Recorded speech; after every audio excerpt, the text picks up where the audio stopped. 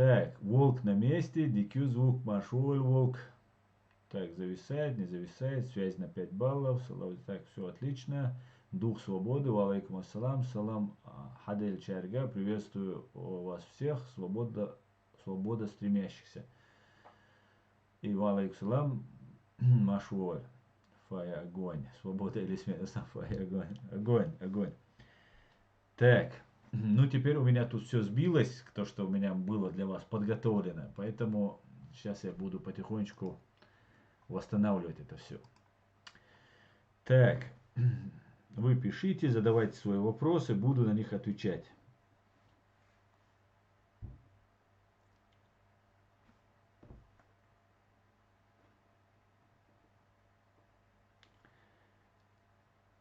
Так, Че Вольф. Аслан, это так называемый антивирус Касперский, шпионская программа ФСБ, а не антивирус. Его можно легко найти в супермаркетах, тут в Европе. Они этого не знают, Аслан, я что-то не понимаю. Чего на самом деле, да, я тоже очень сильно удивляюсь. Если бы, например, этот антивирус был бы чеченским, я бы понял бы, ну ладно, геноцидят чеченцев, ничего страшного, ну ладно, там, не обращают внимания на массовые убийства, ну не немцев же, не англичан, не американцев они убивают массово. Ну что поделаешь, да, можно было бы как-то объяснить, да, их пренебрежение к правам человека и к нашим жизням. Но когда они пренебрегают своими жизнями, своей безопасностью, защитой своих там компьютеров, личных данных, это на самом деле мне тоже очень трудно объяснить. Я не знаю, почему они себя так ведут. На спецслужбы многих богатых, сильных стран тратятся огромнейшие деньги. И при всем при этом я не знаю, почему вот вся вот эта агентура ФСБшная запущена к ФСБ, СВР, ГРУ, запущена в свои страны ими так беспечно. Я просто не понимаю этого. И вот те события, которые произошли там, позавчера, да, или вчера-позавчера, когда в Капитолий зашли, вот только что мне сейчас и писали люди, русская речь, Трамп уже, ну, просто в истерике, в панике предпринимает, ну, ошибку за ошибкой совершает. И, конечно же, и вот последние вот эти события, сейчас говорят, полицейский погиб, одна девушка из нападавших, из протестующих, которые вошли в этот Капитолий, тоже там погибшая. Уже две человеческие жизни уже все лишены. Погибло 2 человека. Ну, и причем где они погибли? Они погибли в Капитолии, они погибли в месте, где собирается Сенат, где люди исповедуют права человека, на весь мир причем об этом говорят, да. И тут вот такой захват, попытка захвата власти, такой, я не знаю, для чего он это сделал, просто необъяснимо, для чего это делается. Видимо, закладывается камень какой-то, который потом дальше будет разделять американский народ на две части. Видимо, для этого. И возвращаясь к вот этим Касперским, да, например, вот вы можете посмотреть любой канал любого человека, и если вы увидите у него там, например, какой-нибудь телеграм, да, это, особенно если этот человек является чеченцем, и если у него большие проблемы, да, чеченцы, они не россияне, да, те люди, которые там проживают в России, допустим, они могут иметь там гражданство и России, конечно же, и свое должны иметь нашей оккупированной страны. Но при всем при этом, если мы здесь там заявляем о себе, как-то показываем, выявляем русскую ложь, пропаганду, и при всем при этом, ну то есть позиционируем себя как противниками сегодняшнего путинского режима и вообще в общем имперской фашистской России. Если мы пользуемся телеграммами, какими-то Яндексами, ВКонтакте уже давно никто не пользуется. Но вот этот телеграм, вот этот еще, он еще остался. Еще как-то люди оболваненные, да, этой пропагандой и верят, да, что телеграм пытались закрыть, его как-то преследовали. Это абсолютная ложь. Это была просто раскрутка телеграма. Показывали, что вот телеграм преследует, и что вот он такой вот честный, такой объективный и так далее. И те люди, которые находятся на передовой, да, информационного э, сражения, скажем так. И у этих людей, когда ты видишь телеграм, ну, ты понимаешь, что человек, ну, ты видишь, что человек не полный кретин, и он пользуется телеграм. Значит, он всех своих подписчиков ведет в российское вот это логово, ФСБшное логово. Кстати говоря, сейчас недавно уже чиновники, российские чиновники, им уже официально всем сказали пользоваться телеграммом и заходить в телеграм. Уже, как бы так сказать, расчехлились вот этих, тех, кто владеет этим телеграммом. Поэтому это большая, конечно, проблема, которую я пытаюсь достучаться, пытаюсь довести информацию до людей, докричаться до людей. Но почему-то все, не все, конечно, многие уже не пользуются. И еще раз, вот, затронув эту тему, еще раз напоминаю, всем, кто находится в России, всем, кто находится за пределами России, не пользуйтесь Яндекс, ВКонтакте, Одноклассники. Если вы там есть, Телеграм. Если вы там есть, уходите немедленно. Не пользуйтесь Mail.ru. Даже если этот Mail.ru у вас там 20 лет существует, убирайте. Gmail, DE, Com, вот должно оканчиваться вот на это. Com это американское, DE это, например, немецкая, АТ это австрийская и так далее. Посмотрите, разберитесь, но лучше всего пользоваться чем-нибудь европейским, да, или американским в этом плане. Например, европейские, здесь на самом деле существует защита конфиденциальности данных. Это на самом деле так. Здесь на самом деле по-настоящему существует свобода слова. И я этому живой пример. Да, вот я говорю разные темы, разные вещи, и мне никто не запрещает их говорить. И в том числе я могу сказать, и про немцев могу сказать, это тоже не проблема, просто мне нечего сказать, чтобы можно было так. Я не влезаю в немецкую политику, в том числе потому, что я говорю и нахожусь в информационном, русском информационном поле. И европейцы на самом деле очень строго соблюдают закон, свободу слова и так далее. Поэтому, если же пользоваться, я предпочитаю, например, немецкими или американскими серверами. Потому что от американцев в принципе ничего не утаить. Весь интернет принадлежит в принципе им. И они при любом желании, их спецслужбы при желании могут проверить, посмотреть. Но у нас нет ничего того, что мы могли бы скрывать от американцев там и так далее. Ну и то вами должны заинтересоваться как-то, и вот тогда вами будут пользоваться. Например, те люди, которые там, например, находятся в ИГИЛ, да, ИГИЛ это организация, созданная, организованная при помощи, при содействии, при контроле российских спецслужб и партии Баас, функционеров Саддама Хусейна. Вот им, да, им Телеграм удобнее, потому что они принадлежат к российской, Россия для них союзник, да, им от русских скрывать нечего. И они боятся там американцев. В этом плане им Телеграм удобный.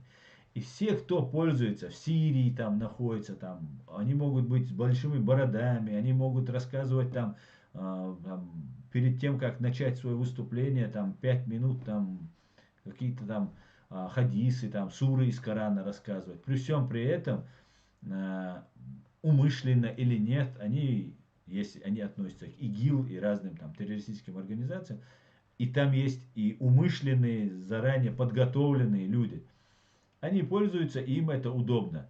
И они для нас не герои, они для нас не авторитеты. И молодежь, которая их смотрит, она думает, о, вот он раз сражается, значит, он вот на правильном пути, там, сражается там за джихад, там туда-сюда и так далее. Не совсем это так. Там очень сложно, конечно. Сирия это вообще очень сложный такой клубок, который нам, чеченцам, очень сложно понять. Не говоря о какой Сирии мы у нас в себе не можем разобраться, потому что у нас внутри огромная агентура. Среди Ичкерии там она есть. Вот недавнешний пример, попытка меня в вербовке, этому подтверждение, да. И есть вещи, которые нам надо аккуратненько разбираться. Поэтому не пользуйтесь вот всеми вот теми, которыми я перечислил. Ресурсами, соцсетями, абсолютно это опасно, это чревато. Вы пишете в Telegram, все, что вы пишете, сохраняется на серверах ФСБ. Автоматически, это даже ничего запрашивать не надо. Вы просто пишете ФСБ. Это же ну, невероятно облегчилась задача у ФСБ преследовать, да, своих оппонентов. И невероятно глупо вот так подставляться. Ох, Лердалдис, надо быть очень аккуратным в этом плане. И вот сейчас я бы хотел бы рассказать об важных вещах перед тем, как мы сейчас начнем весь обсуждать наш стрим. Я бы хотел бы рассказать о ситуации, которая сложилась в Австрии. Ситуация следующая. Сейчас, одну минутку.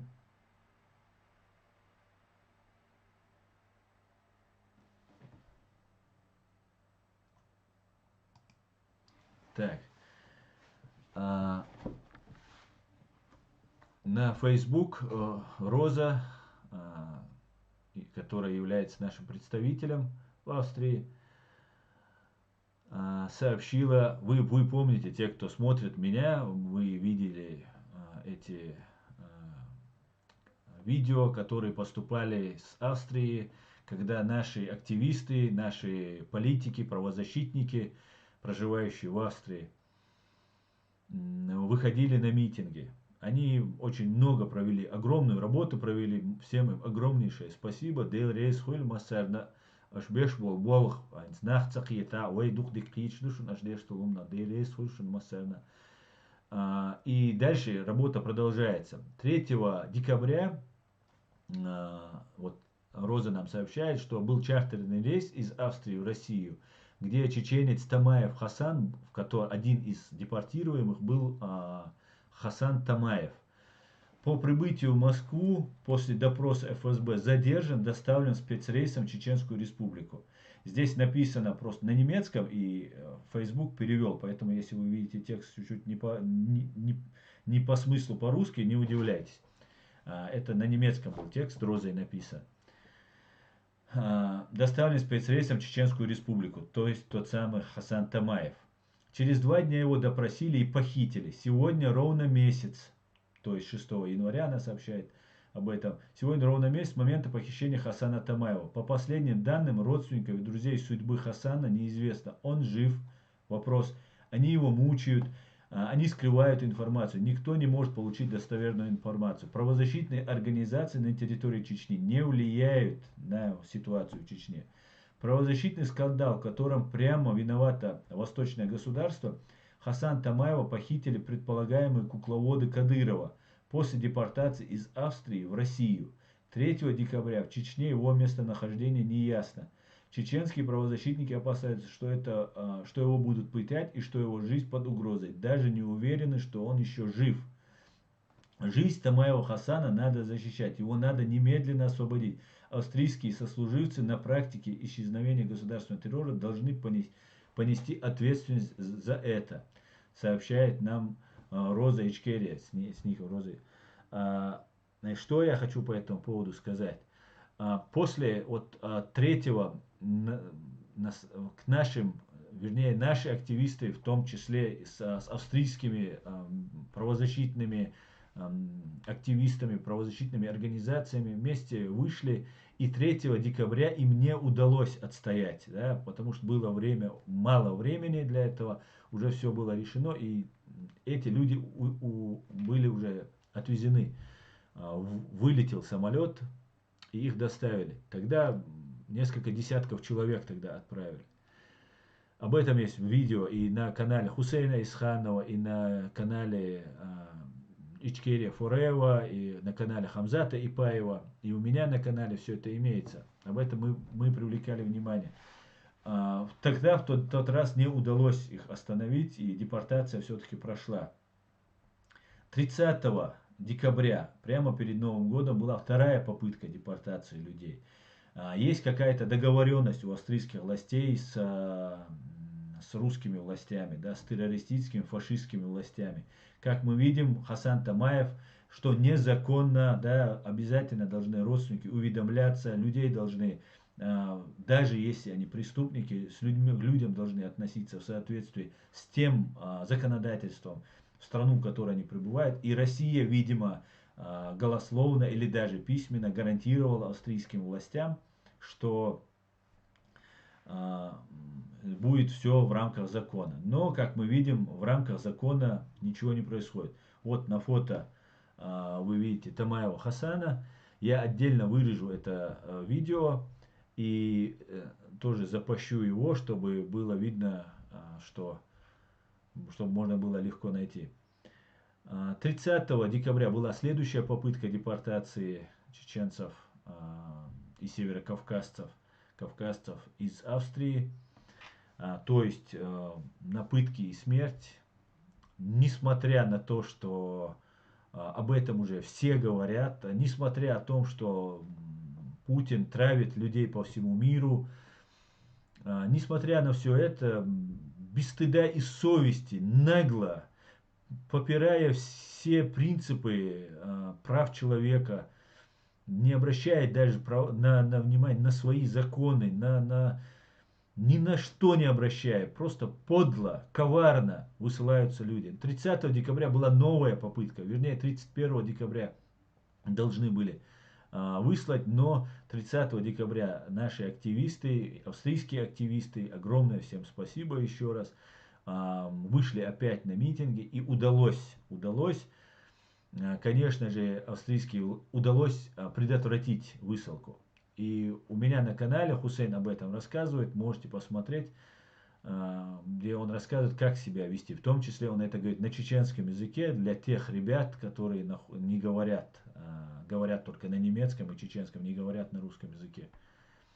Поэтому это очень важно, нам всем обращать на это внимание и сделать все возможное, чтобы максимально заставить вот эти австрийские власти, которые очень дружат и очень расстроены тем, что Путин стал нерукопожатным, что Россия стала токсичной в прямом и в переносном смысле этого слова,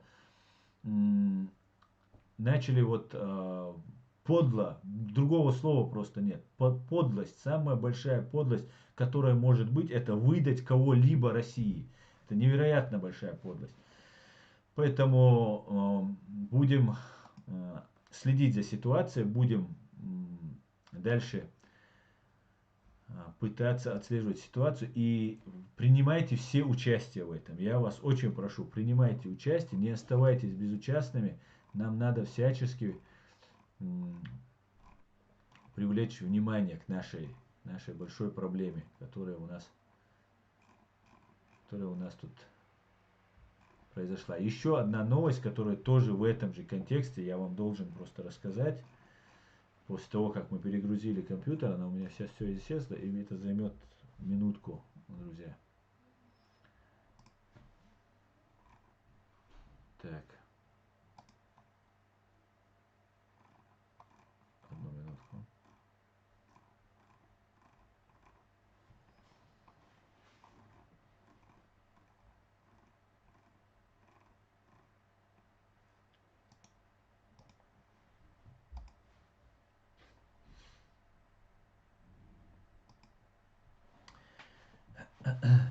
Так, сейчас.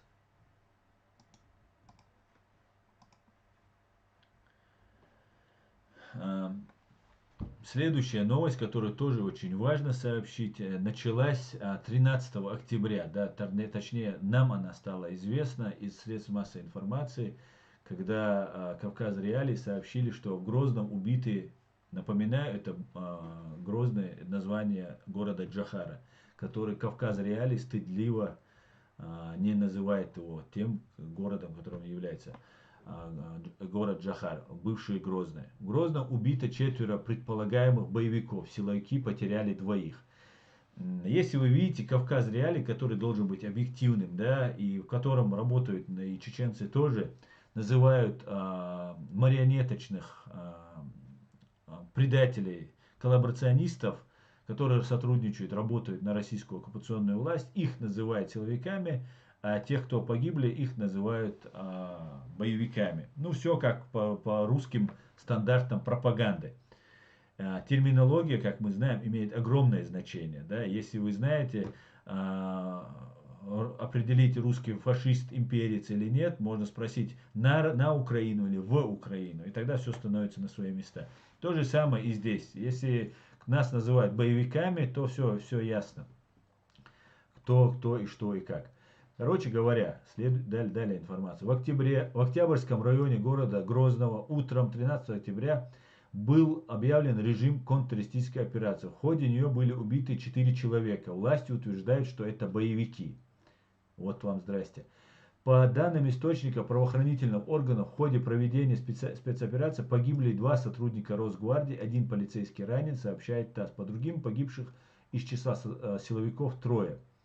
Позднее Национальный антитеррористический комитет уточнил, что убито 2 силовиков и ранен 1. Спецоперация длилась полчаса. В дом, в котором были блокированы предполагаемые боевики, стреляли из подствольных гранатометов. Здание изнутри сожгли силовики, сообщили местные жители. Глава Чечни Рамзан Кадыров в своем телеграм-канале заявил, что убитые прибыли в Чечню из-за рубежа. Чуть позже он выложил фотографии и краткие данные убитых в ходе спецоперации. Это Магомед Цураев, 96 года рождения, Магомед Магомедов, 92 года рождения, Рамзан Муртазалиев, 92 года рождения, и Майырбек Имамурзаев, 1988 года рождения. Все они уроженцы Чечни. Они ранее пребывали в Сирии, в оперативной базе, числились давно и находились в розыске, утверждает Кадыров. Кавказ Реалии, опять же, я, конечно, буду всегда об этом напоминать, и Кавказ Реалии, и Радио Свободы, и другим якобы позиционирующим себя объективными средствами массовой информации. Напоминаю, что утверждать, что утверждает Кадыров, это просто себя не уважать. Да? Повторять ложь Кадырова, это просто себя не уважать. Повторять русскую пропаганду, ложь, это себя не уважать. Столько лжи и пропаганды. И вот надо написать, что они были в Сирии. Мы не знаем, я лично не знаю, были эти люди в Сирии или нет. Я знаю, что эти люди погибли, что их убили. И за полчаса убили 4 человека. Я знаю, что 4 человека, если у них было бы оружие, и их 4 человека готовы идти на смерть, за полчаса их просто так бы не убили бы. Да, и не так все просто. Тем более у них были с собой оружие, и как они утверждают, что 2 полицая погибло, и 1 полицай ранен. Так, я покажу фотографии, которые выложил у себя. Кстати, обратите внимание, на Телеграм выложил Кадыров. Так, вот фотографии, как мы видим, 2 человека, как мы видим, с бородами и в военной форме. И, видимо, эти 2 человека могли принимать участие в нашем подполье. Да? Наше подполье, оно само по себе запутано, много пропаганды и агентуры внутри этого подполья. И этому подполью, в конце концов, надо наконец-то разобраться внутри себя и как-то очистить свои ряды, да, потому что то Имарат Кавказ, то ИГИЛ, какие-то там, много чего непонятных вот этих вещей происходило. Опять же, в этом виновата пропаганда. Но изначально мы все боремся за свободу своей страны. Конечно же. Ну, если они участвовали в каком-нибудь ИГИЛ и так далее, то, конечно же, это не красит и не делает никому чести, скажем так. Потому что это все опять же, может показаться, я тут преувеличиваю, там еще что-то. ИГИЛ, вот эта вся вот эта вещь, она организована, вот эта террористическая организация ИГИЛ, она организована Россией и партией БААС. Так, далее я хочу вам показать информацию, которая произошла 6 января. Нам Радио Свобода сообщили. Это предыстория была тех событий, которые произошли позже. Как мы знаем, я опять буду об этом напоминать,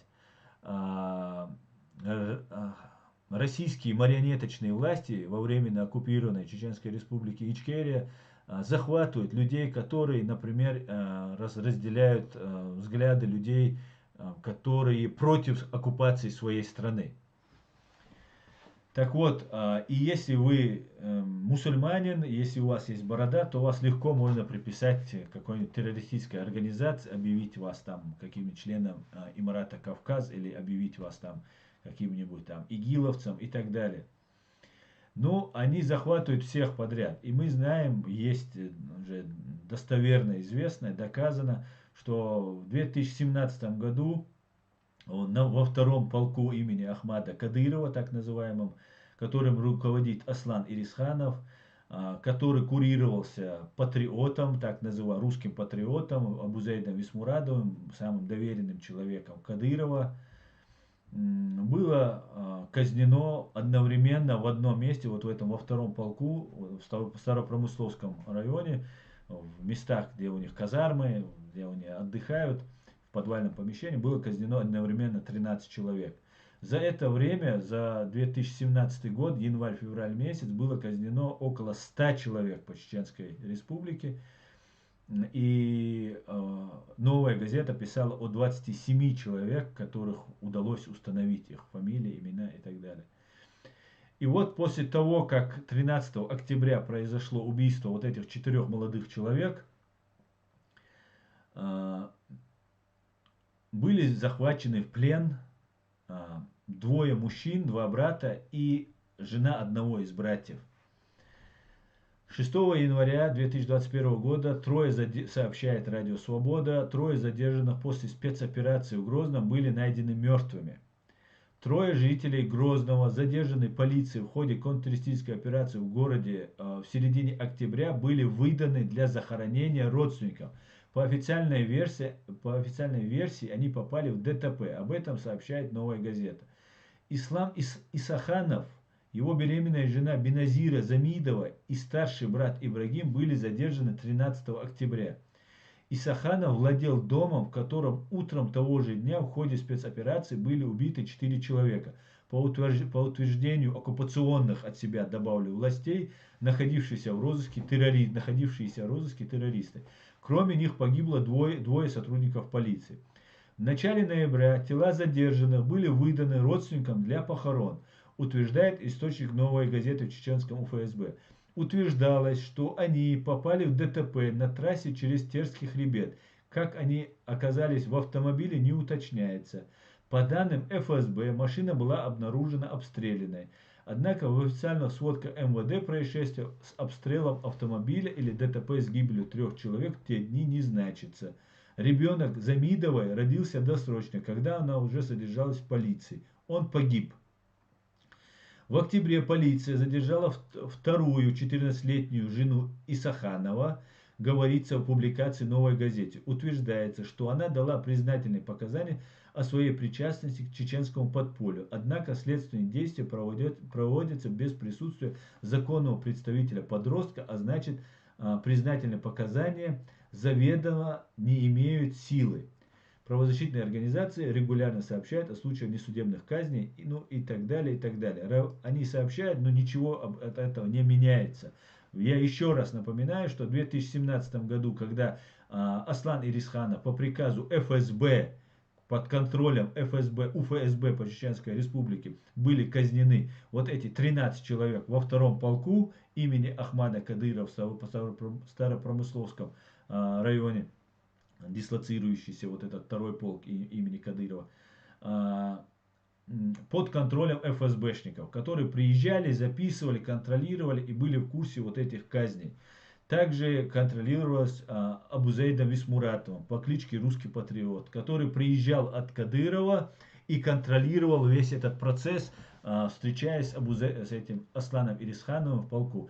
Также во время казни принимал участие Ибрагимов, двоюродный брат Кадырова. И вот мы видим, теперь уже убивают даже детей, уже женщин в этом в таком состоянии, убивают даже этих женщин. Да? Я не знаю, что за люди там работают. Людьми их, конечно, назвать никак нельзя. Казни происходят. Когда в 2017 году произошла казнь, в 2018 году ОБСЕ начало расследование по этому факту. Да? И благодаря этому был запущен так называемый московский механизм. За мониторингом за правами человека в Чеченской Республике Ичкерия. К позору ОБСЕ этот мониторинг начался только с 2017 года. Значит, до преступления, совершенные до этого, ни ОБСЕ, ни мировое сообщество не волнуют. Но, слава богу, хоть так это начало двигаться. Начали говорить, и на этом пока все.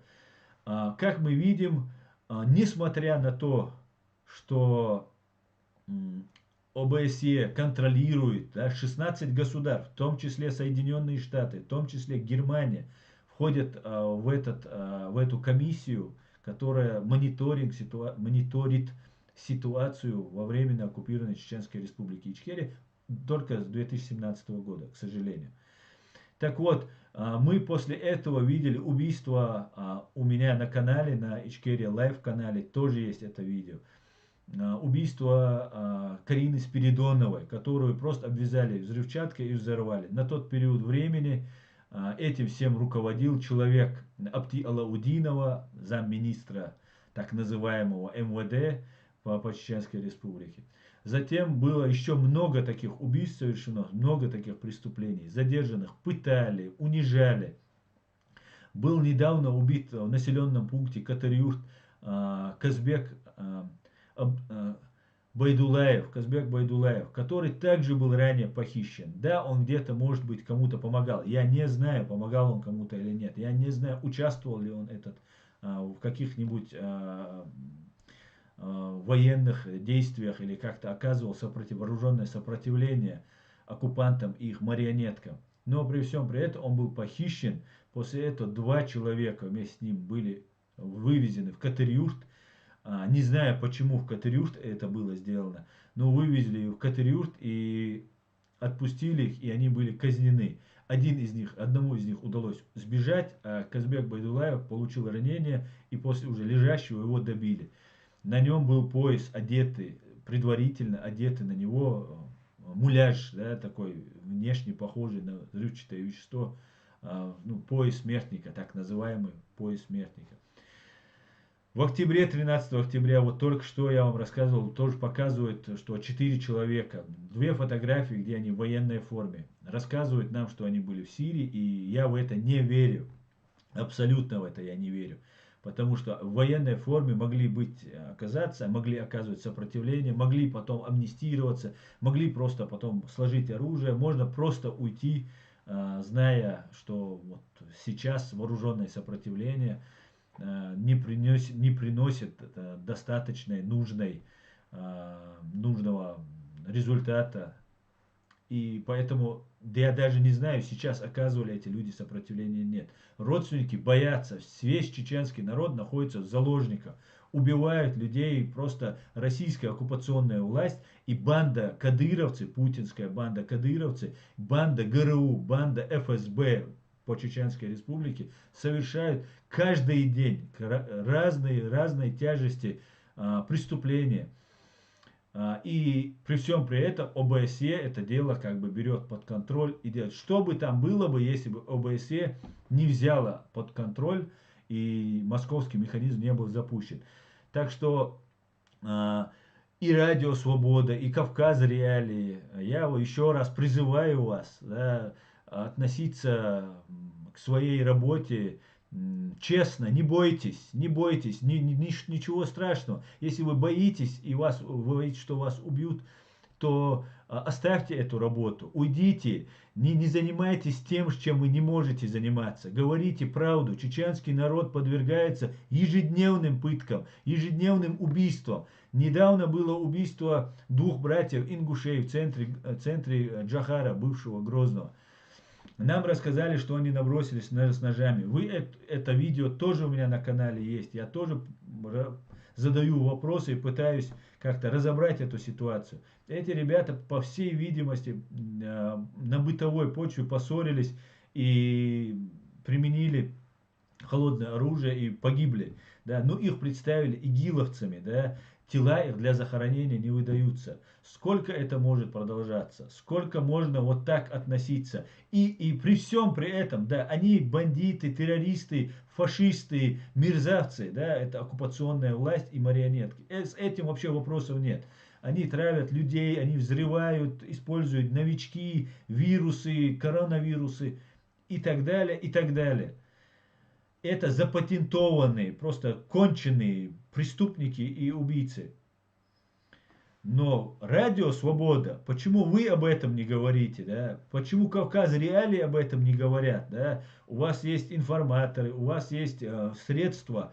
Почему вы не сообщаете? И если вы сообщаете информацию, почему вы сообщаете ее в таком контексте? Вот сказал глава Кадыров, Глава Кадыров сказал, что он Майка Помпео там вызывает на бой там. Сказал, что он Америку раком поставит. Вы тоже с этим согласитесь, да, и скажете, что Майк Помпео боевик, или там, что Америка это, ее не существует. Вы же так тоже должны сказать. Потому что чеченское государство, оно существует, оно временно оккупировано.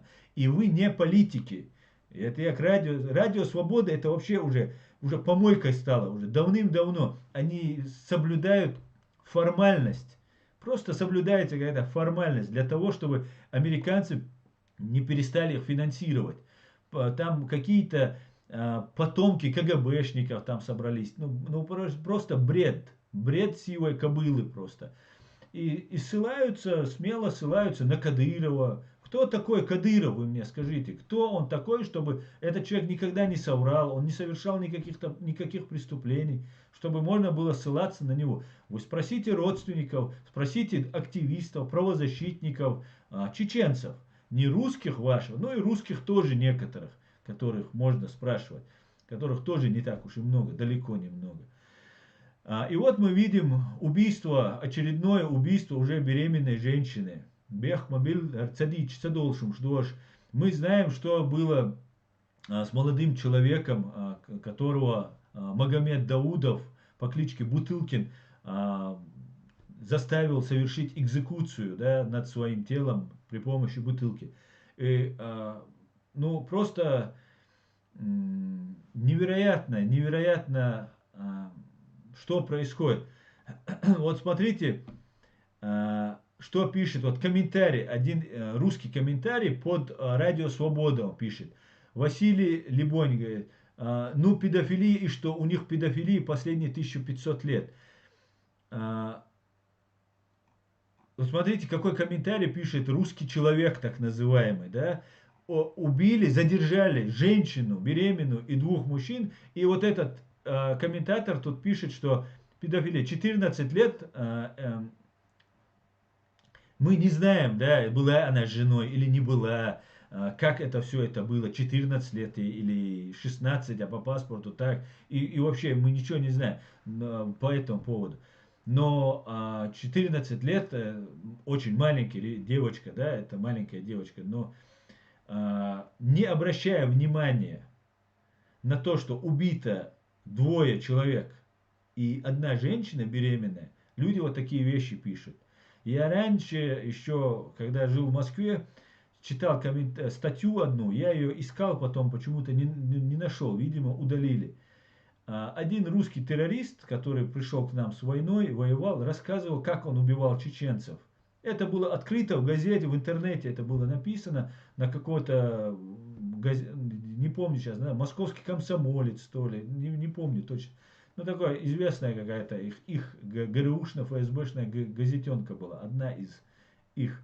этой ФСБшной ГРУшной газетенки. И он там рассказывает, что такое распыление. Распыление — это когда привязывают человека к противотанковой мине, и тротил подкладывается, и просто взрывается этот человек. Там, да, мощный взрыв, и от этого человека не остаются там, только фрагменты тела остаются. После этого там птицы, дикие животные просто доедают это все, и от человека ничего не остается. Это у них называется распыление. Так вот, я задал вопрос ему по этому поводу. Как же так, ты вот вы вот такие вещи пишете, ну я комментарий пишу. И за все это время на меня набросилось огромное количество русских людей, так называемых, которые не удивлялись тому, что идет распыление людей, да, пленного человека, просто открыто это рассказывает. Кто-то меня призывал как террориста тоже распылить. Кто-то говорил, что смотрите, он даже по-русски умеет писать или там что-то говорить. Вот такие планы. И я не увидел ни одного комментария, который осуждал убийство. Пленный, это был, скорее всего, это был мирный человек. Тот говорил, что какой-то там боевик в плен попал, как они нас называют. Вот такая вот у нас критическая, сложная ситуация. Вот с такими людьми мы имеем дело. И нас выдают. Нас выдают России по затребованию Интерпола. Радио Свобода об этом пишет. И делают вид, что ну, вот не существует проблемы. И вот о ней не надо говорить, и ее не существует. Теперь проблема у русских. Теперь проблема у русских. И я надеюсь, у тех людей, кто радовался убийствам, пыткам чеченцев, все вернется, к ним это вернется. Вот то, что они желали нам, я очень надеюсь, что вернется вот тем вот этим убийцам, преступникам, им это вернется. Вот, в принципе, такая вот ситуация на сегодняшний день, которая у нас происходит во временно оккупированной Чеченской Республике Ичкерия. Давайте я перейду к вашим вопросам и обсудим другие насущие проблемы. Так, Вильпес, Аслан, они не изменились с тех пор, те, кто в Рашке живут, это вот такие люди. Для них война — это просто ирония, шутка. Да, да. Так, давайте начнем от Евгения. Золотой век Радио Свобода был до распада СССР, говорит Евгений. Да, Радио Свобода уже просто помойкой стала. Такие уже авторитетные сидят, уже годами они протирают там эти свои штаны или юбки, сидят там и ну просто такие проблемы обсуждать. Ну просто стыд и позор. Стыд и позор. Ни о какой журналистике речи нет. Надо вот им дать команду, чтобы, да, начинайте, говорите. Но они в таком случае не говорят. Радио Свобода, Кавказ Реалии, радио Маршо на чеченском языке. Там работают люди, которые позиционируют себя, там, радио Маршо я говорю, позиционируют себя мусульманами, такими ярыми мусульманами, такими, я бы даже игилами даже мог отнести некоторых. Но они боятся говорить правду, они боятся открыто давать интервью, брать интервью, разговаривать. То же самое Кавказ Реалии. Ну сколько можно бояться? Аж до гудо, что гуглам квишду. Шаш кидаш цагил шей, цаайш, шаш неган халат, су американшан халава, юарш цейтеш, шаш цадай, шей цагой, цаайш. Пособи, дельче туэр душун, цай луштол, ах цадиче. Ой, ам хлон гадолш, дер хлдер ой оман. Сколько это может продолжаться? Сколько это может...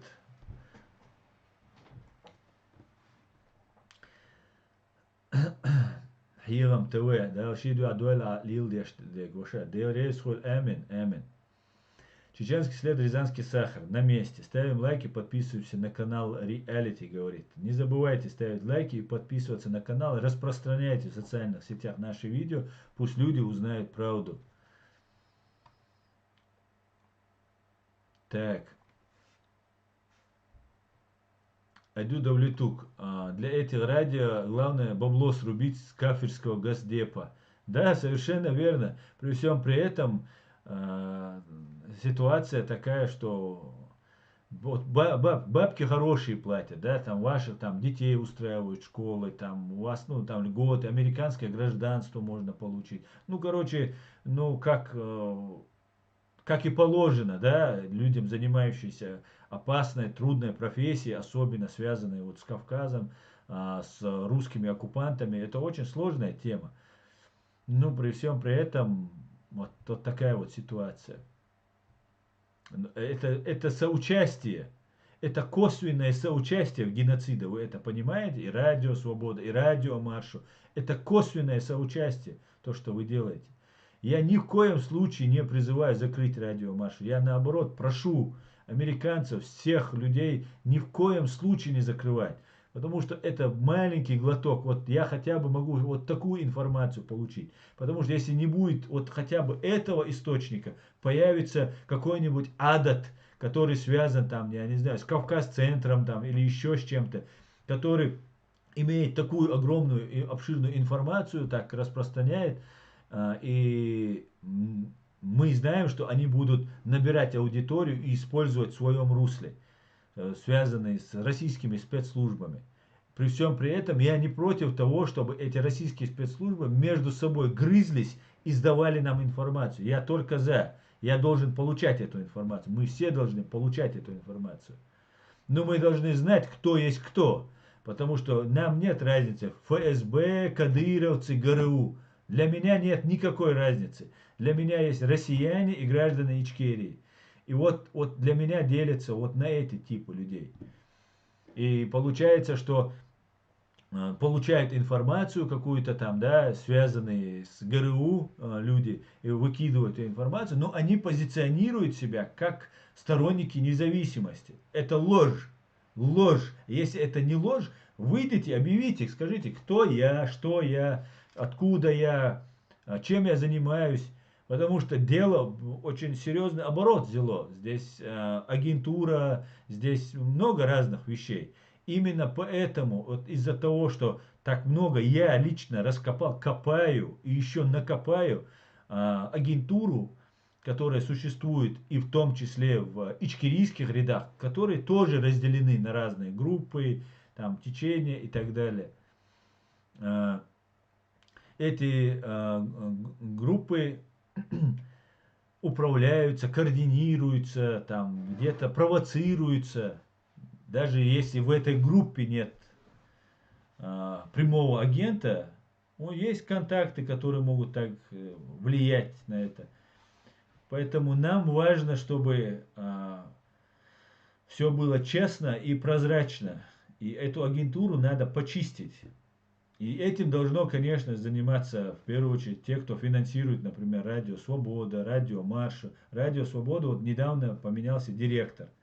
Я очень надеюсь, я очень рассчитываю, я просто невероятно сильно на это надеюсь, что Радио Свобода станет нормально, выкинуть всех вот этих там Соколовых, Маколовых, там каких-то непонятных людей, которые корчат из себя, ну, такие Соловьевы, там, или кто это, Russia Today, которая, армянка, это из себя такие дельцы большие, такие супер большие профессионалы, а темы обсуждают, пшики просто обсуждаются, пшик какой-то обсуждается. Идет геноцид, идет убийство, грядут массовые репрессии в России. И какая-то вообще ерундой занимаются. Хотя, конечно, не все там такие, опять же, ни в коем случае, не все там такие. И вот эти вещи надо нам обязательно как-то контролировать, координировать, направлять и критиковать в обязательном порядке. Я не за то, чтобы это закрылись. Опять же я говорю, если это все закроется, то вообще теряется смысл вообще того, что делает Америка. Да? Американцы огромное влияние и помощь оказывают в информационном плане. Но те люди, на которых возлагает надежда Америка, и мы, люди, пережившие геноцид, переживающие, вот сейчас я все это перечислял, мы очень рассчитываем, что вот эти люди будут честно выполнять свою работу, не играть какие-то игры, там игишевцев играть там, да, играть там русских либералов каких-то там, да, там на Путина сказал тиран. О, я сказал на Путина тиран. Уже, ты видишь, уже деловой такой человек. Он смелый человек, он на Путина сказал тиран. Путин террорист, убийца, педофил, мерзавец, ублюдок. Допустим, мерзавец, ублюдок не нужно говорить. Все остальное можно говорить и обсуждать. Генерал Калугин прямо называет, что у Путина нету педофилии. И почему об этом не говорят, да, на радио Свободы? Не хватает у вас духа об этом расследовать, поговорить, обсудить. Давайте, это не человек, это человек без чего-либо человечного. Это бешеный зверь, как он себя назвал. И банда ГРУ и ФСБ являются инструментами вот этого Патрушева, Путина и так далее. Об этом надо говорить. О взрывах домов нужно говорить. Об этих вещах нужно говорить и рассказывать. Бояться, бояться. Бояться. Страшно им. Страшно, сидите дома. Так, пойдемте дальше к вашим комментариям.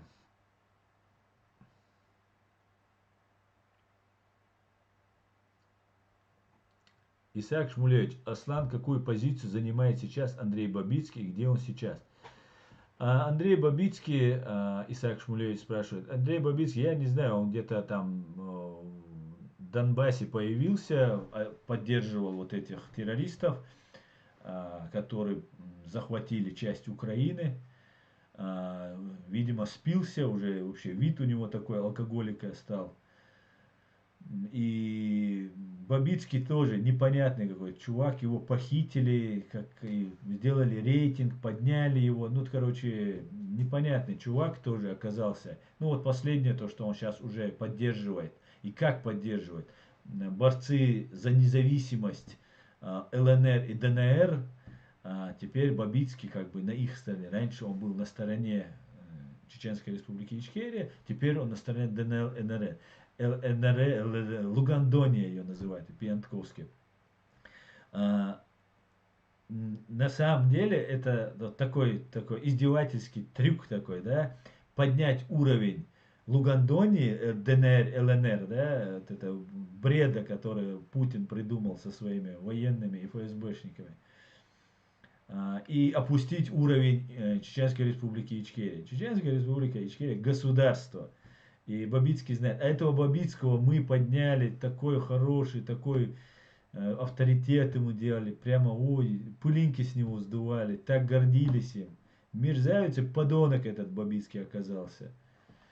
А кто оказался честным, тех убивали. И люди, которые, такие люди, как Наталья Истемирова, Анна Политковская, Маргелов был такой адвокат. Эти люди, видя, что, ну, вроде же не так опасно, да, находиться, вот, если Бабицкий, другие, ну, их же не убивают, и Россия использует такие гибридные методы. Она не убивает там вот сразу, плюс она позволяет своим людям критиковать, очень грубо иногда критиковать, тому же, например, Навальному. Навальный есть человек никакого не ЦРУ, самый что ни на есть кремлевский человек. Я в этом вот каждым разом все больше и больше убеждаюсь. И отравление это фейковое Навального.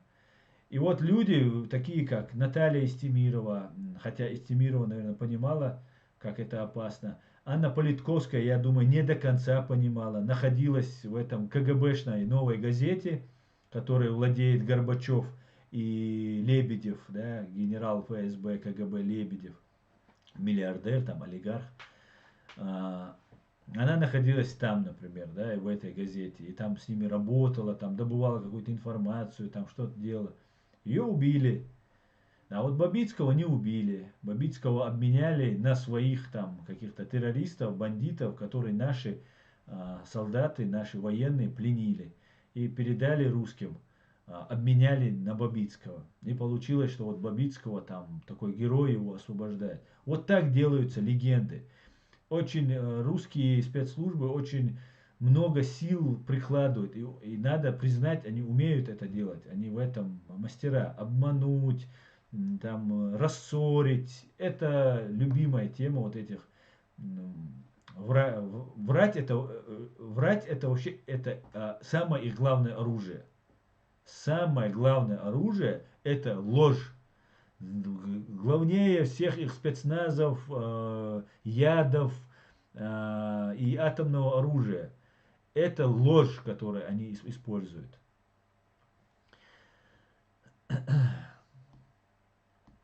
Вот такие вот дела. Ладно, пойдемте дальше. Юсуп Кукуев. Инамама Тумбуих Аслан. Машо Люсп. Удешо. Ассаламу алейкум. Да, на тумбу их, под тумбу и под шконку, и куда угодно их. Так.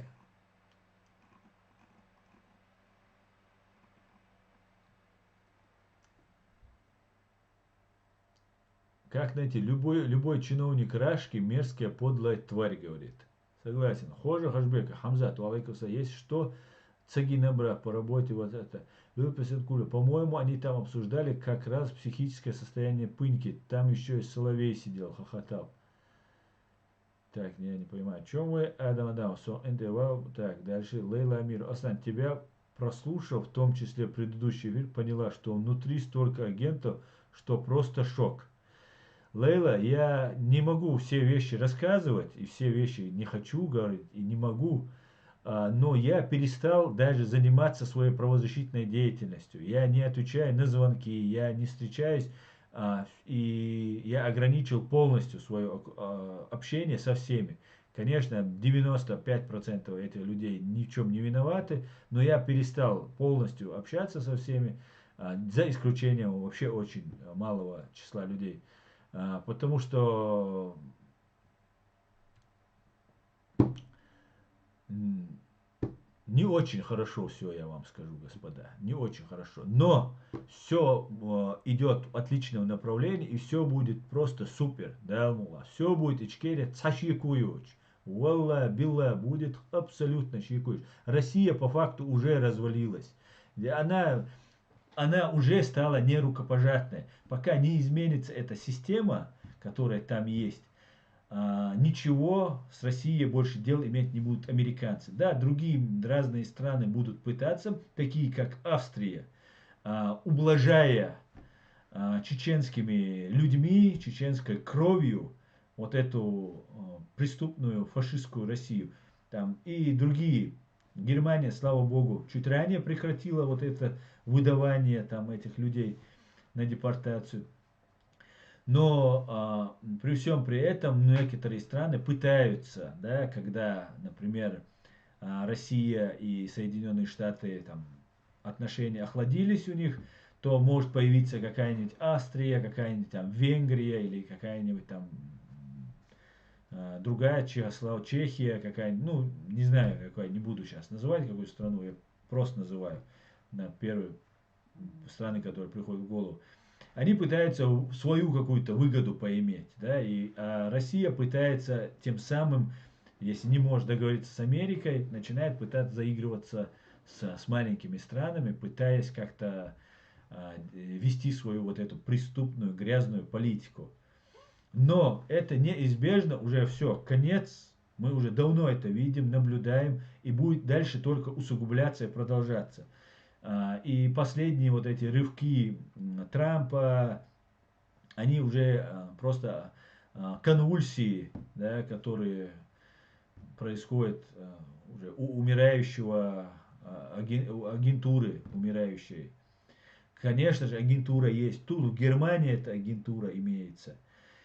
И вот та ситуация, которая сейчас развивается, она имеет тенденцию на ухудшение.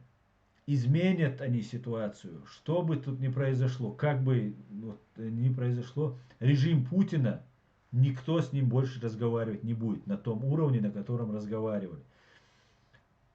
Тогда нужно сменить режим Путина, но сохранить саму вот эту систему КГБ, ФСБ. С другой стороны, американцы, они говорят, нам нужно, чтобы Путин убрался, освободил Донбасс, а вот принципиальные вещи, которые Крым, который американцы выставили, да, и они на этом будут стоять, если там украинцы что-нибудь сейчас не выкинут. Вроде бы сейчас в Украине тоже не очень все гладко идет. Потому что, опять же, агентура работает. Они долго работают, они не жалеют денег, они не жалеют сил, применяются разные методы. И они сейчас, если далеко зайдет, они хотят, как Путина, на Госсовет, вроде бы он отошел от дел, Навальный какой-то сейчас герой, его сейчас там возвращают, его убить Путин хотел, а раз убить хотел, но он стопроцентный враг ведь Путина. Логика же так это подтверждает. И по логике, ну да, так и выходит, да, если вас человек хотел убить, то он точно вам не друг. И как минимум злостный враг вам. И вот сейчас Навального поддержать там и так далее. Я не знаю, может это выгодно американским спецслужбам, выгодно каким немецким, раз он здесь в Германии находится. Эти вещи, когда ты не владеешь достоверной информацией, ты можешь легко сделать ошибочное умозаключение, если этих доказательств недостаточно, чтобы сделать какой-нибудь объективный, хотя бы на первый взгляд логически верный вывод по этому поводу сделать. И вот с Россией вопрос решен. Сейчас Трамп решает, Байден вступает инаугурация, вступает в свою должность и начинает сразу применять санкции. Мы надеемся на это, если Байден будет держать свои предвыборные обещания. И в России очень все плохо. И ситуация будет меняться. И всю агентуру, которая тут есть, я призываю, вот та агентура, которая работает на русских, ночь босс, халашар, хитсур душун, не делайте свой шайбол до конца, чего мобилаш. Валлахи жвак дал дизер мадушун. Гуч дейр дать цаунк элар цадулшун. Валлахи гуч мадулшун. Ажмел бокш бол куак архив чуабушун. Шу архив чуабушун. Итига хитсла гасқи айдал бок алла хитсла. Итсу гасқи айдлир ишайл архивш. Вайн халуришун. Цашва дальч, итчва дальч. Как мы станем независимыми, пройдет 5, 10 лет, 20 лет. Наладятся отношения, в России станет нормальной демократическая система. Мы начнем какое-то сотрудничество, наши спецслужбы начнут сотрудничество с новыми спецслужбами России. Архивы КГБ рассекретятся.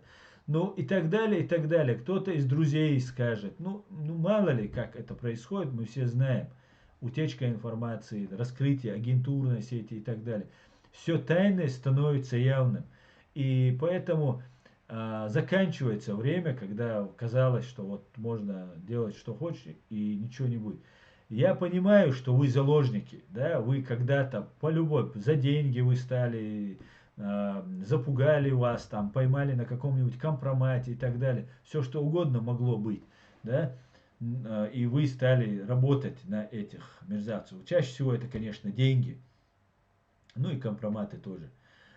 И при всем при этом я знаю, что у вас нет обратного пути. Вы уже в этой мафии, в этом спруте, и у вас нет никаких шансов выйти оттуда, да, только спрятаться где-то, уйти, но у вас есть родственники, ну и так далее, и так далее, и так далее. Мы все это знаем.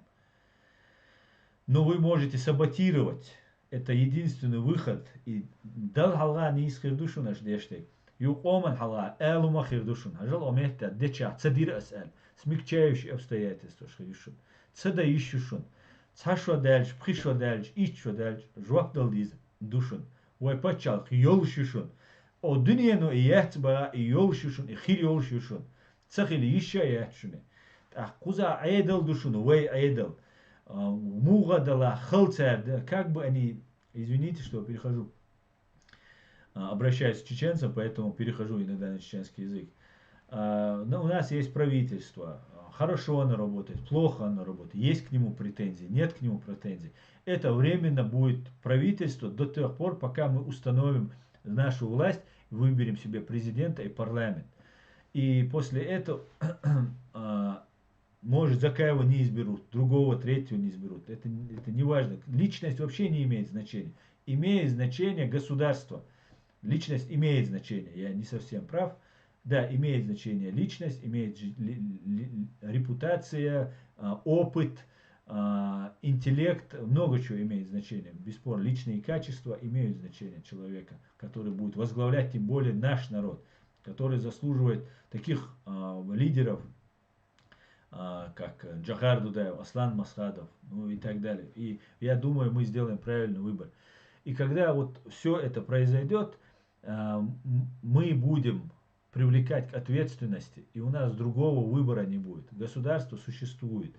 Как бы ни пытались русские уничтожить, вот этот, помните, наш вот этот мемориальный памятник, который открывал Джохар Дудаев, где были свезены все надгробные плиты, надгробные камни, которые русские со всех наших горных мест, других мест собирали, строили из них себе там коровники, свинарники, дороги ими укладывали.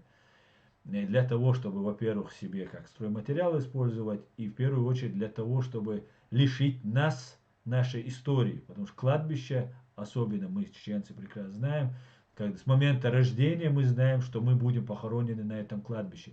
И это как исторический документ, исторический такой памятник, любое кладбище, и у нас в том числе, у чеченцев. И там вот эта мемориальная доска, мемориальный вот это мемориальная надгробные вот эти плиты, которые поставлены, там рука из-под земли выходит с поднятым мечом. Так вот, на этот меч смело можно повесить флаг Чеченской Республики Ичкерия. Вот то, что сделали, плохой он, хороший он, Закаев или нет. И не один Закаев это делал. Все соратники Закаева. Я не говорю, не надо критиковать. Я говорю, что они сделали. Я говорю, что они сделали. Вот закопанную Ичкерию всеми возможными силами, хитростью, обманом, деньгами, подлостью, коварством, жестокостью, весь народ перемолов, пропустив через геноцид, Хусейн Исханов, Ахмед Закаев, Сулим Юнусов, Сайдамин Ибрагимов, ну и вот Юха Болтина, у вас всех имена я и не перечислю, ну кого видим, кого не видим. Вот они, те, которые вот этот флаг подняли, вот какая ценность этого флага и то, что делает наше правительство. И я не являюсь человеком Закаева, еще раз. Я просто говорю свои мысли. Я говорю, как я это вижу, и как это, на мой взгляд, увидят наши потомки, и как это будет в истории у нас записано. И я не говорю, что Закаев хороший, там другой плохой, третий и так далее. Я этого ничего не говорю. Я говорю, как я это вижу. И у нас государство есть, и оно восстановится. Да, но мы все должны прилагать к этому усилия. Мне это государство нужно для того, чтобы у нашего народа, у каждого в отдельности и у народа в целом были права. И дуксундизак. Я бы хотел этого. Конечно же, для того, чтобы мы эти права получили, должны быть наказаны преступники, которые совершили против нас геноцид, преступление против человечности, акт агрессии и военные преступления. Для этих лиц, мы знаем этих лиц, первых лиц, которые совершали против нас эти преступления. Мы должны их привлекать к ответственности и наказывать. Так что вот многое говорил, но, как говорится, наболело, накипело. Так, давайте почитаем ваши комментарии, друзья.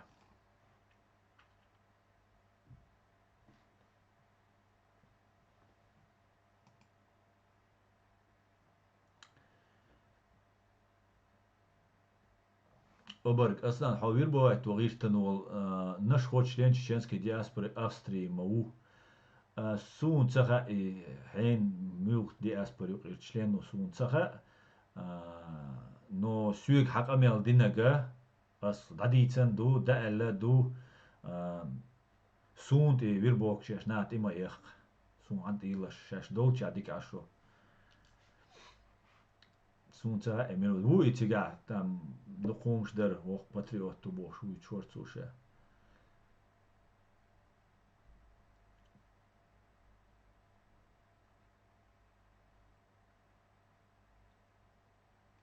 Так, давайте я чуть-чуть вверх уйду. Так, Чинхо вернулся. Ассаламу алейкум, хауми телефон чухау сархой. Саишу асьер телефон схаца ецелс. Да, ясно. Машвой, ва алейкум салам. Исаак Шмулевич, все народы мира имеют право на самоопределение, на свободу жизни. Совершенно верно.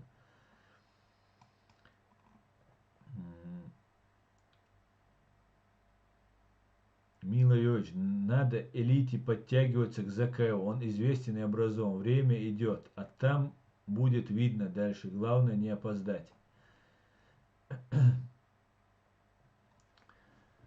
Так.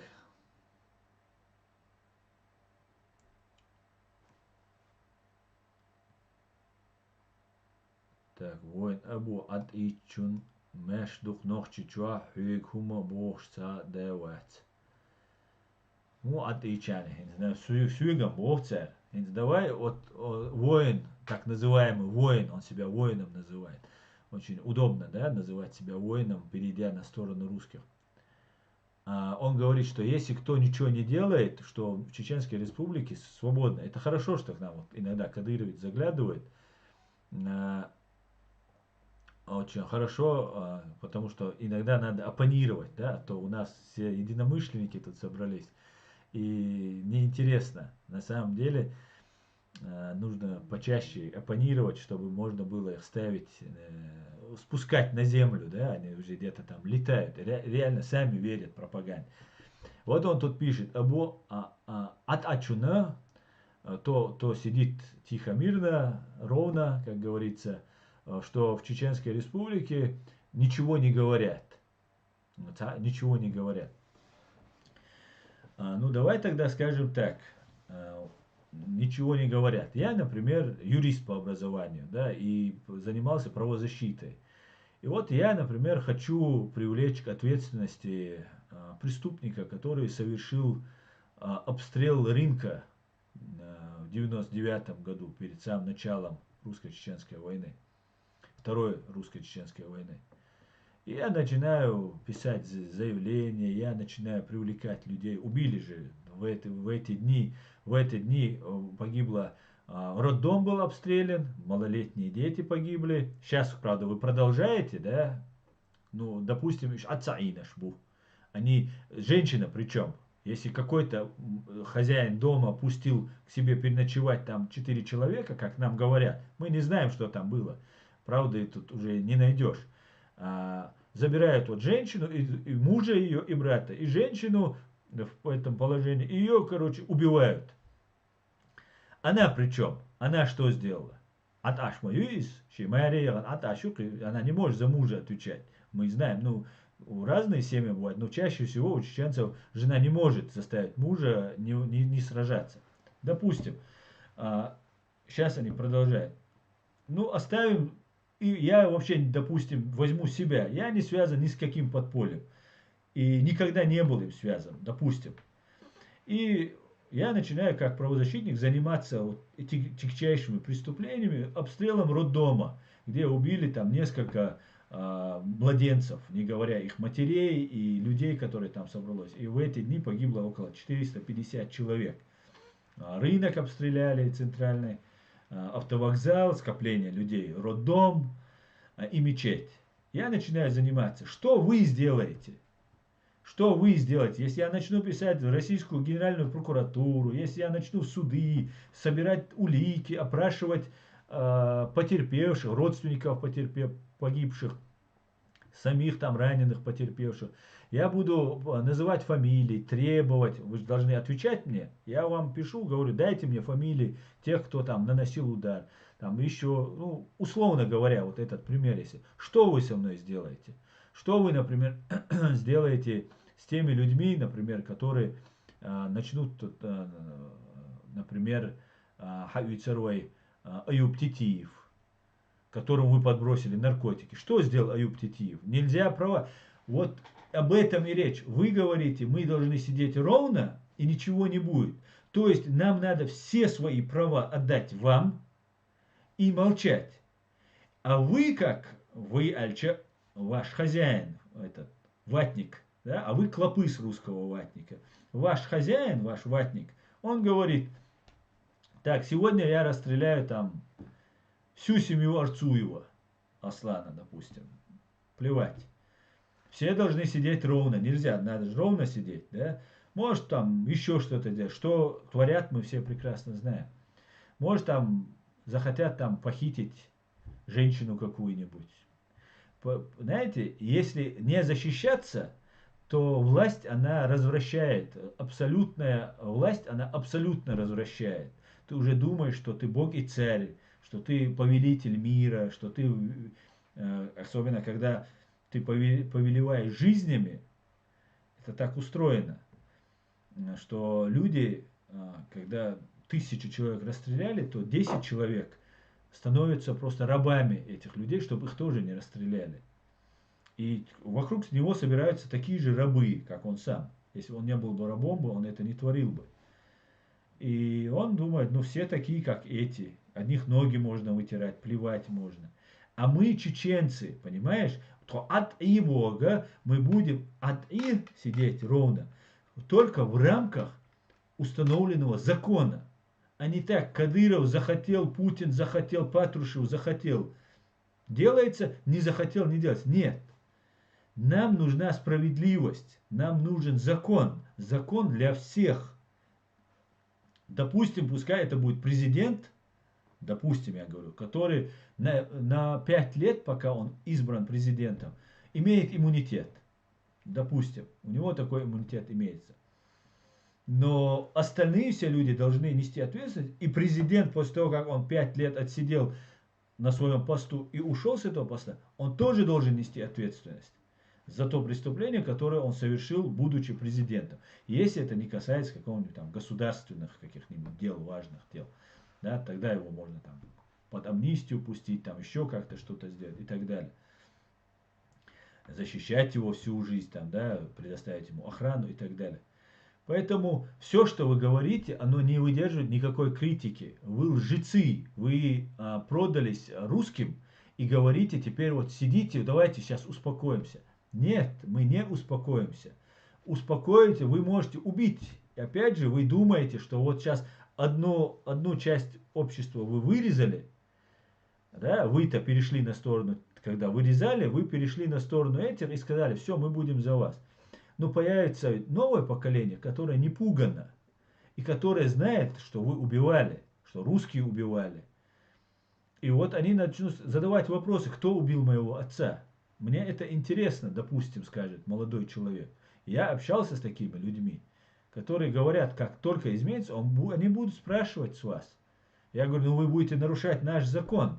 Вы не можете просто прийти и убить человека. Я знаю, что он виноват в смерти моего отца, говорит мне один молодой человек. И говорит, как только ситуация изменится, я сижу только потому, что они могут убить моих других братьев, сестер, там, маму и так далее. Но моего отца и дядю там убили, он говорит. И я сделаю все возможное, чтобы наказать этого преступника. Я сейчас сижу, говорит, я не потому, что боюсь умереть. Я сижу только лишь потому, что они убьют моих других родственников. И мы видим на примере этих двух ингушей, которых, Тимурзиевых, которых маму, сестру, отца похитили, не знаю, отпустили до сих пор или нет, но факт, то, что их тоже забрали, пытают, и вот как сейчас произошло вот с этими двумя мужчинами и женой одного из этих, тоже могут убить и сказать, вот ДТП попали. И вот получается следующая ситуация. Я ему говорю, ну если мы установим нашу власть, и ты выскочишь и убьешь человека, только лишь потому, что ты знаешь, да, допустим, он 100% это знает, но решения суда нет на это. Но он пойдет и убьет его. А если он не сможет убить его, он пойдет еще его сына или брата убьет. Что опять же нарушение закона. Он совершит нарушение закона. И этого человека нужно привлекать к ответственности. Вот в каком состоянии находится наш народ. Вы вот на такое состояние довели, говорит, ат и шудиез, что ир доти хасу, что юдо метку боти хасу. Что ат и диез, что ойтерду, нохчи хому, что ойтерду, что га эйдал хирдац дайман. as eisdī duca bohšunas, ja suik dalu duca bohšunas, as su uirvaca bohšunas, solč onaša bajanas, ca šeiku jats, ca problem jatšun, sagvīmašun, bol bats. Amma soviča, savari de ašviča, nohči, amši, khalak dilurdats, qurda alit lurdats. Delatas deršu kharts qomts dou. Dela dats harqam, Soondoishto saqamam dats shuk biekš boytavo shuni düterdosh. Я сомова шуни düterdosh. Сейгдалуш дек дижду делмула. Только в рамках закона дижду ас. В рамках закона. И буду всех призывать делать. В рамках закона. Только так мы сможем стать гражданами, только так мы сможем стать государством. И что мду, давайте, кадыровцы, пишите ваши термины, ваши эти, говорите, рассказывайте, что вы думаете по этому поводу.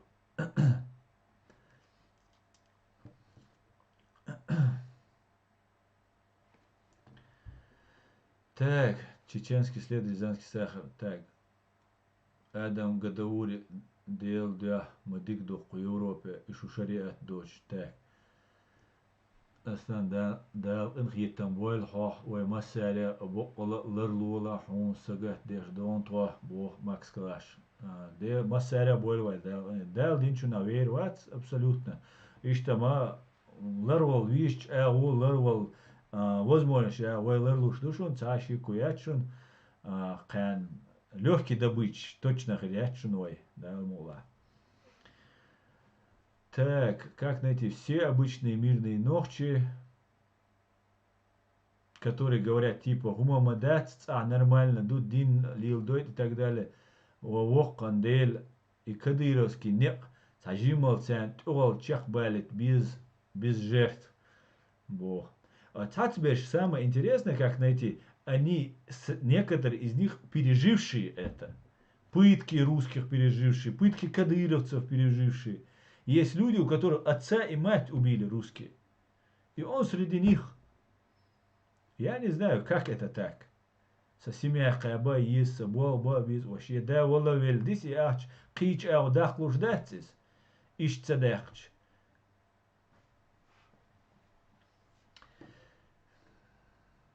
Так, Ганшода. И вот еще защитники ислама.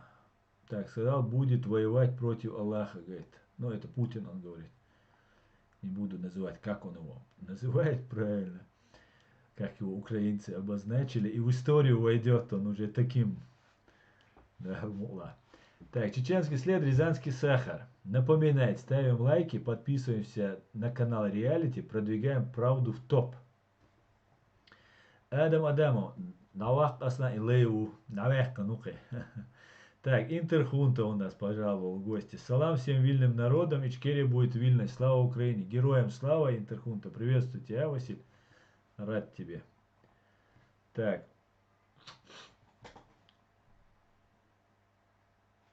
А теперь для гостей с Кавказа лезгинка. Так, мы уже 1,5 часа говорим. Ну, 12 минут мы потеряли так.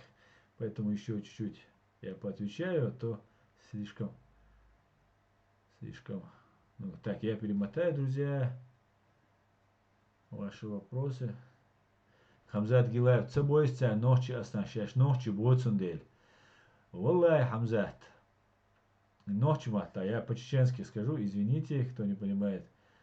Ас ойлинцу хуман, мочо ацхомах, цебеш, кадыра ваят, цунгвандалиш во, ина, мочо ночи хомах, худина тиш хилтиш, ночи сен. Ишчо и хамбоч, сидоч, шишент и хери, ца угара сидоч тол хума, згасх дойч дуям сум хуш до цаши куйоч. Тахка цугаш бог да шей хош цайох тишшун, шаш да ху адамаш до тишшу. Цугашем болбе, открыты нашама, он бадек дизе, открыты нашама. Иште ям преступник шуш, а ишт преступник ше. Ичкерец, дубош, шар диест хуна бош, дилш беш, бу иш вообще бюхумшу. Мачо, цхом, цху гому иш, цху диниш, цхомушун иш чо. مش او دخم دقه ها شيء سم ددي ناش احشا دخلشو واقام سيورو نو اقام تو دوتر مده تقومو اي دو ده ويچ دعمت ديلر مسخه ده ويچ ديلر زكا ويچ دير دات 300 тысяч сагвича дир дат. Well, да долж да датси. Хинц вообще держан до Европе, а до dünya хинц доккилла, джимделла dünya. Бога, интернет, связь, шадыга долж. Хинц умакайл дуйш, хинц хор телевант, а видео камеру сурт так запомните. Цех, киде. Цаум дюсер долж, мадат.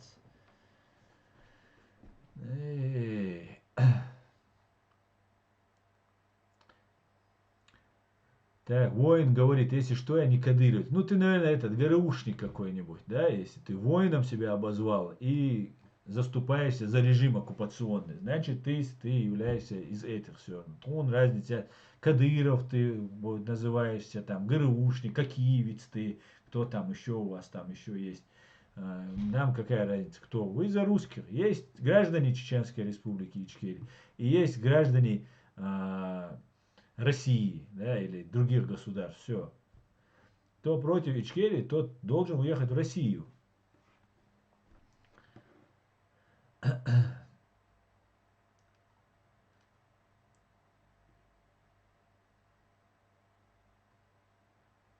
Так, пойдемте дальше. Ассаламу алейкум всем, ислам ночи. Ва алейкум салам, ислам, ашуэ. Милойович, ну, у него такой сарказм у Маждада, это получается. Да, Маждада вообще жгет не по-детски, короче, постоянно в последнее время. Начал троллить всех подряд этих.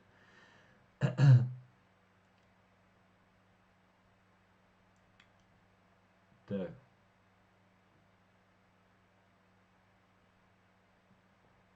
Роман Губарев. Ассаламу алейкум, Аслан. Россия претендует на казахстанские земли. Что скажешь насчет этого? Алейкум ассалам. Я считаю, конечно же, Казахстан должен, как и Украина, стать на защиту своей земли и вообще не заигрывать. Вся проблема в том, что вы очень много заигрывали. Вы заигрывали как казахи, как народ в целом, и вы, граждане Казахстана, там разные люди есть, в том числе и русские, которые не советую я вам быть в составе России. Ну и в первую очередь, конечно, власти Казахстана заигрывали. И я считаю, что России бы себе свое сохранить, да, свое бы сохранить. Я просто не очень хорошо владею этой информацией и буду, даст Бог, вникать в эту ситуацию и в следующий раз буду более информирован по этому. Пока я особо ничего не могу сказать по этому поводу.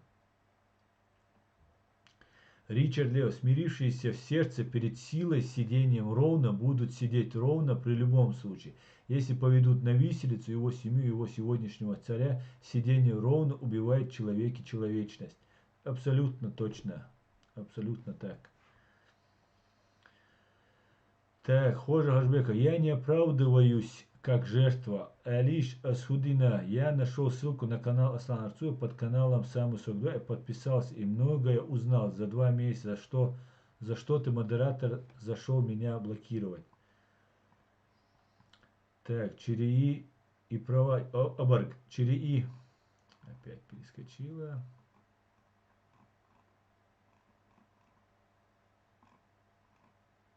Так. Надо найти.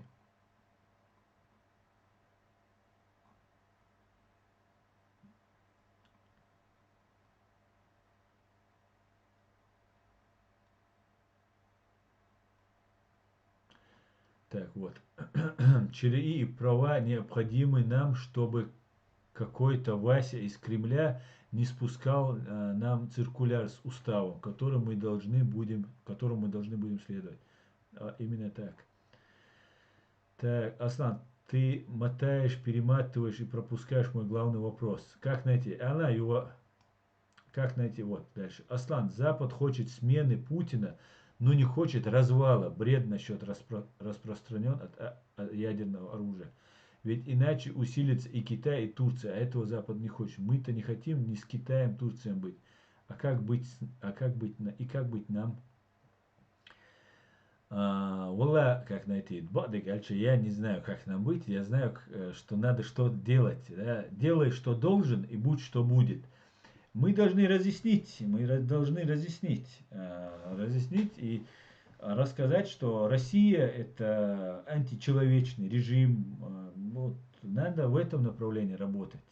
Была я хиндек дейлш я очень, но мы режим, да, сменится режим, полегче станет, да. Но даже если Путин уйдет, а Россия останется в том состоянии, у нас так называемое появится окно, где мы сможем быстренько, с нами по-любому придется считаться. По-любому. Вот в этом и есть сила Ахмеда Закаева. Вот я не понимаю людей, которые этого не понимают. Закаев то сказал, Закаев то сделал, это сделал. Дело не в Закаеве, дело в том, что когда вот это окно возможностей появится, у нас есть уже правительство. И человек, который подписывал договор о мире, присутствовал при подписании договора о мире между Ельциным и Масхадовым, он является сейчас первым среди равных. Да, Закаев не выше кого-либо и не ниже. Он первый среди нас всех равных. И в этом это и есть сила. Вот это и есть этот флаг. Вот тогда мы сможем установить свое государство и начать расследование, начать привлечение к ответственности, уже создавать какие-то группы юристов, правозащитников, журналистов, когда у вас будет бюджет, когда у вас будет государство. Вот в этом направлении. Ваяма пачалхам дахуттарил шишун. Режим Хейцла, Россия, Дин Югара, развал полностью России гарантирует нам, что нам никто не будет далее мешать. Смена режима настоящего, не замена Путина на Навального, когда они просто сделают такую рокировочку хитрую, и ничего не изменится. Фашист Навальный вернется и так далее. Поэтому мы всеми способами Навального должны разоблачить перед Западом. Сейчас уже надо начать разоблачать этого мерзавца. Да, он играет какую-то роль тарана, может показаться. Ну а если он делает это вместе с Патрушевым и с Путиным, то возникает вопрос, а может все-таки он не таран? Вот такая вот ситуация появляется. Поэтому цахасу хухирду. Дейр Караду Шадыга будем делать, что можем, будь что будет. Все хорошо. Асан, если знаешь доступного правозащитника, сообщи. Я не могу ничего пока посоветовать. Сун Цахашу.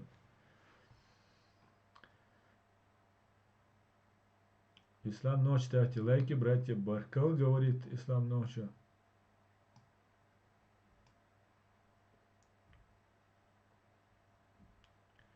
Ганс Шёдер. Вот казахи тоже сидели ровно, и что теперь? С Русня готова напасть. Да, именно так.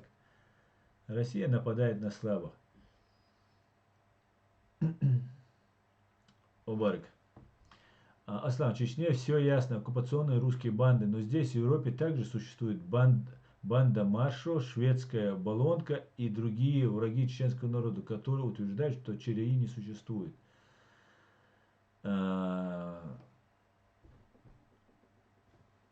Какие вопросы ко мне? Да, существуют разные люди. Я не знаю насчет остальных, я знаю, что ну, я уже говорил об этих всех. Говори, не говори, там, не знаю, что с ними делать. Там есть нормальные люди среди Барт Маршу.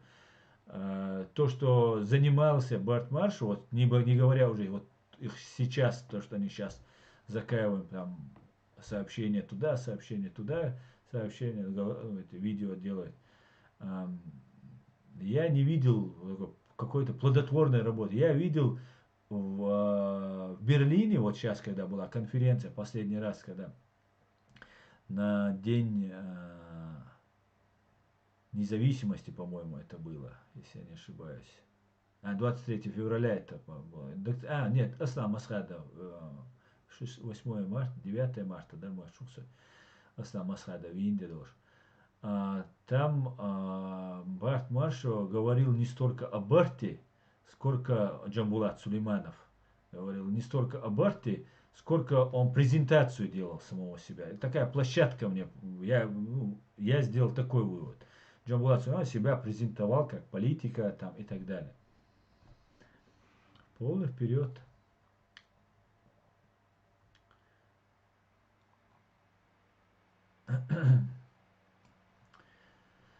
Так, ваш лайк приближает нашу победу, говорит чеченский следователь Занкисара. Аслан Лорс, у кого есть возможность чуть подумать, есть шанс вернуться в русло Ичкерии. Нохчу оман почал Ичкерия. Хамзат Гилаев, Аслан Иш капнуть дичь нохче хажият царев 100%. Да, вероятно так. Так, давайте тогда заканчиваем уже. Ичкерия Форева, приветствую всех, опаздываю, говорит. Да, ты на 2 часа опоздал. Почти на 2 часа. На 1,5 точно.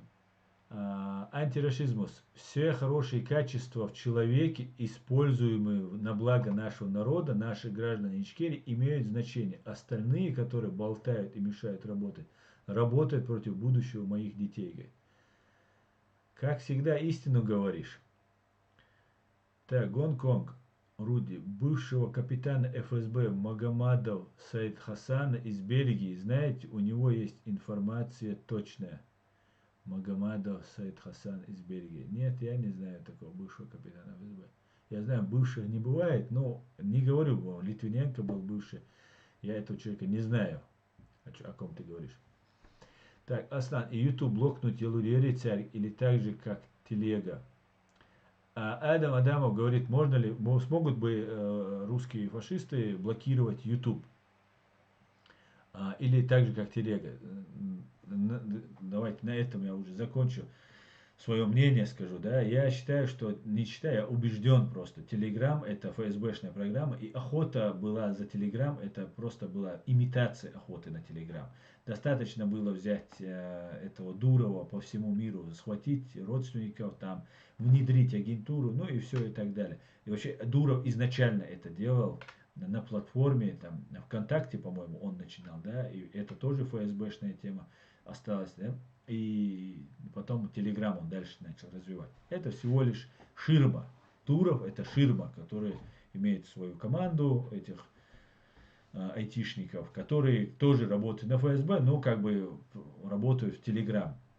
Поэтому Telegram не мочили. Telegram не мочили. Они пробовали там разные под видом, как будто мочат Telegram, пытались на внутренний интернет как-то перейти, чтобы если произойдут сбои, чтобы враг на Западе не понял, что русские готовятся, что их могут отключить от Свифта, от интернета, еще чего-то. И вот такая вот ситуация была. YouTube, он не подчиняется русским. YouTube это американская компания. Поэтому, конечно, они могут его блокировать. Мой канал на территории фашистской России запрещен. Запрещен, мы это все знаем. Я об этом много раз говорил и буду напоминать. Поэтому, если они заблокируют там же YouTube, мне, короче, я стану в равные условия с теми, у кого не заблокирован YouTube. Поэтому я особо по этому поводу не переживаю. Кто хочет смотреть, конечно, найдет способ. Опять же, есть программы, через которые можно заходить и обходить все эти блокировки. Это все потом, когда это уже станет актуальным, даже тот, кто не владеет вот этой техникой, не знаком хорошо с техникой, он тоже обучится, а кто сам не разберется, ему, конечно, молодое поколение всегда подскажет, что это будет.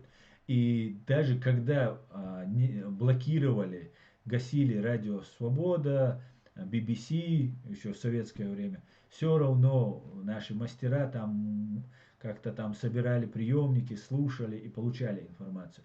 И так тот, кто хочет, конечно же, ее будет получать, эту информацию.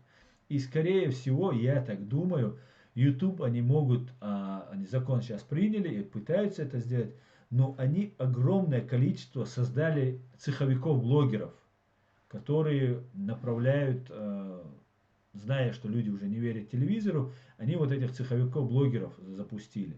И их раскручивают.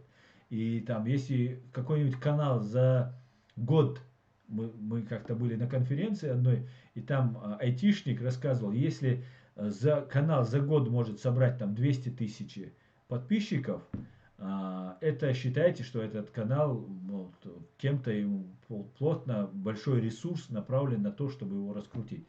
И поэтому какой-то там обычный блогер, сев там, или какой-нибудь там канал, быстро так 200 тысяч набрать там не может, в принципе. И что я хочу сказать, они создали много цеховиков. Эти люди как в школе подготавливались, да, обучались, их учили говорить, интонации, дикция, ну много-много вещей, которых нужно для того, чтобы сидеть перед камерой, которых я не имею. И хотя в том, что ты это делаешь как бы вот не на 100% отлично, в этом тоже есть своя правда, которая заставляет людей верить, да, что этот человек, ну, непрофессионально обученный какой-нибудь там, да, человек. А каждому человеку, мне лично, например, в том числе, и я думаю, всем нужна правда, и нужны люди искренние и честные.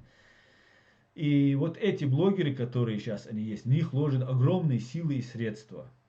Огромные. Но их в любой момент американцы могут отключить. Просто вот так взять и отключат. И вот когда их начнут отключать, вот этих блогеров, вот тогда они могут применить блокировку всего Ютуба. Потому что американцы тоже прекрасно знают, абсолютно 100% имеют свою информацию, что эти блогеры, некоторые, да по ним видно, как они ведут. Если у них есть Телеграм, если, ну там и линия партии, направление, много чего бывает видно, что это, ну, большая часть, 90% вы можете просто, посмотрев несколько видео, уже понять, цеховик это или независимый какой-нибудь блогер. И думаю, конечно, они могут отключить, но это не спасает их полностью. Если они не сделают полностью интернет автономным, вот только тогда они смогут это сделать. Вот что тогда они закроют это все, и вот не смогут люди тогда получать информацию там и так далее. Но сейчас Илон Маск запускает интернет, который будет во всем мире. Сейчас выходит новый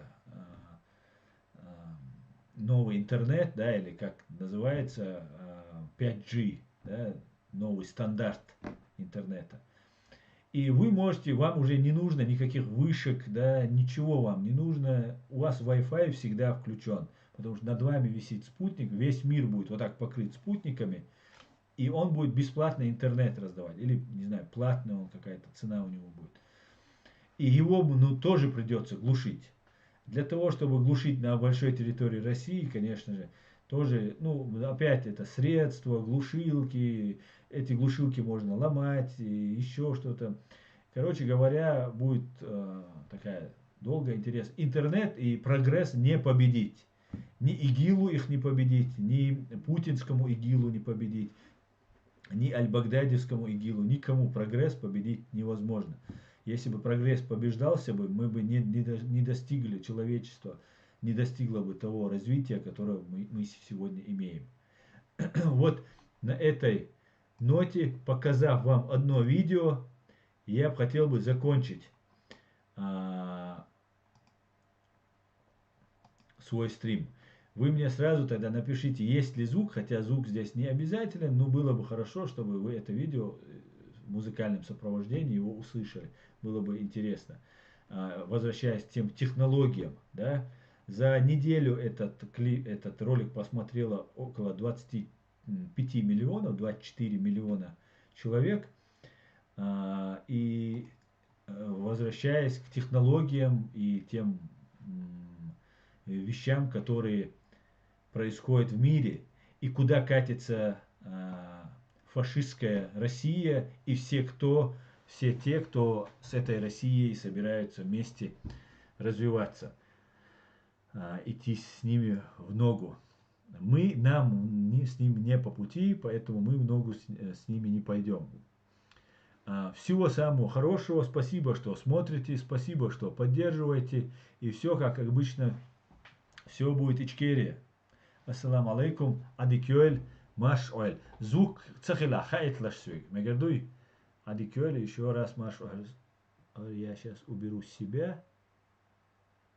Так.